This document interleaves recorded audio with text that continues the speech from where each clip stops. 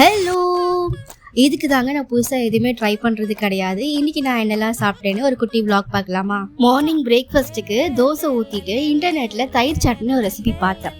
தயிர் சட்னியா, என்னடா வித்தியாசமாக இருக்கே, சரி ட்ரை பண்ணி பார்ப்போம் இன்றைக்கி அப்படி சொல்லி அவங்க சொன்ன இன்க்ரீடியன்ட்லாம் போட்டு தயிர் சட்னி அரைச்சிட்டேன். செஞ்சுட்டு ஃபர்ஸ்ட் பைட் எடுத்து வாயில் வைக்கிறேன். நக்கி பார்த்தா ஒரே புளிப்பு, அந்த மாதிரி ஒரு ஃபீல் எனக்கு. ஒருவேளை நான் ஒழுங்காக செய்யலையா இல்லை இதோட டேஸ்ட் இப்படி தானான்னு எனக்கு தெரியல. பட் எனக்கு இதோட டேஸ்ட் பிடிக்கல. நீங்கள் ஆல்ரெடி ட்ரை பண்ணியிருந்தீங்கன்னா எனக்கு கமெண்ட் செக்ஷனில் சொல்லுங்கள். எனக்கு பேசாமல் கார சட்னியை அரைச்சிருக்கலாமோ, ஒரு கப் தயிரை வேஸ்ட் பண்ணிட்டோமே இருந்தது. ஆஃப்டர்நூன் லஞ்சுக்கு நான் இன்னைக்கு புதினா ரைஸ் பண்ணியிருந்தேன். எனக்கு புதினா ரைஸ் ரொம்ப பிடிக்கும். ஆனால் நான் இதான் ஃபர்ஸ்ட் டைம் பண்ணியிருந்தேன். சூப்பராக வந்துருந்துச்சு. அது கூட 2 பாயில்ட் எக் வச்சு சாப்பிட்டேன். சிம்பிள் லஞ்ச் மெனு தான், பட் சூப்பர் யம்மியாக இருந்தது.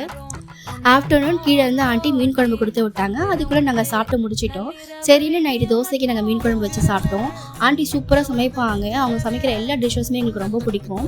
இன்னைக்கான மெனு அவ்வளோதான். நெக்ஸ்ட் வீடியோவில் பார்க்கலாம். பாய்.